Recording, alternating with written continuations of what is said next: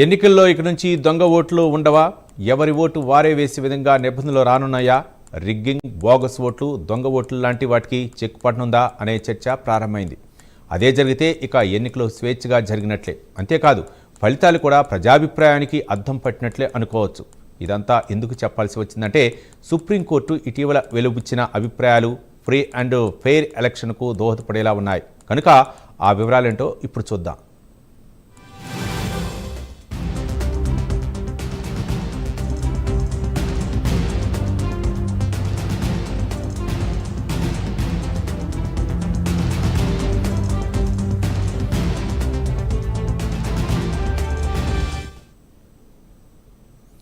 దేశంలో ఎన్నికల పారదర్శకతను పెంచేందుకు పోలింగ్ కేంద్రాల్లో ఫింగర్ ప్రింట్, ఐరిస్ ఆధారిత బయోమెట్రిక్ గుర్తింపు విధానం అమలు చేయాలన్న అంశంపై సుప్రీంకోర్టు పరిశీలనకు ముందుకు వచ్చింది.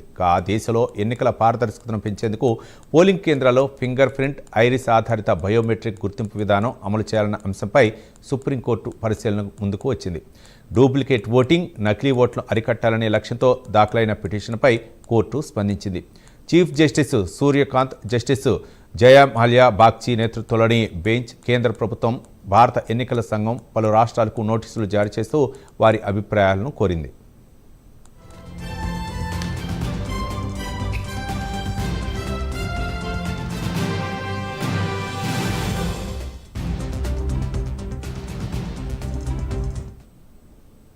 అయితే ప్రస్తుతం జరుగుతున్న రాష్ట్ర అసెంబ్లీ ఎన్నికల్లో ఈ విధానాన్ని అమలు చేయడం సాధ్యం కాదని కోర్టు స్పష్టం చేసింది. ఈ విధానం భవిష్యత్తు లోక్సభ లేదా రాష్ట్ర ఎన్నికల ముందు అమలు చేయాలా అనే అంశాన్ని సమగ్రంగా పరిశీలించాల్సి ఉంది అని బెంచ్ పేర్కొంది.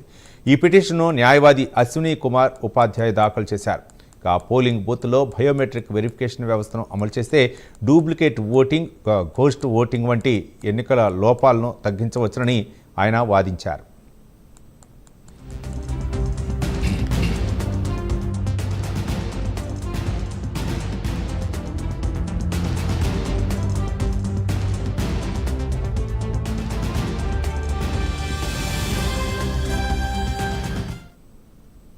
అంతేకాదు, ఎన్నికల ప్రక్రియలో లంచాలు, అనుచిత ప్రభావం, వ్యక్తి మార్పిడి వంటి సమస్యలు ఇప్పటికీ కొనసాగుతున్నాయని పిటిషన్లో పేర్కొంటూ ఎన్నికల స్వచ్ఛతకు కాపాడేందుకు సాంకేతిక పరిజ్ఞానం వినియోగించడం అవసరమని పేర్కొన్నారు. దేశంలో ఎన్నికల సంస్కరణలపై చర్చలు జరుగుతున్న సమయంలో ఈ అంశం ప్రాముఖ్యత సంతరించుకుంది. భవిష్యత్ ఎన్నికల్లో బయోమెట్రిక్ విధానాన్ని ప్రవేశపెట్టాలా అనే దానిపై సుప్రీంకోర్టు తీసుకునే నిర్ణయం కీలకంగా మారనుంది.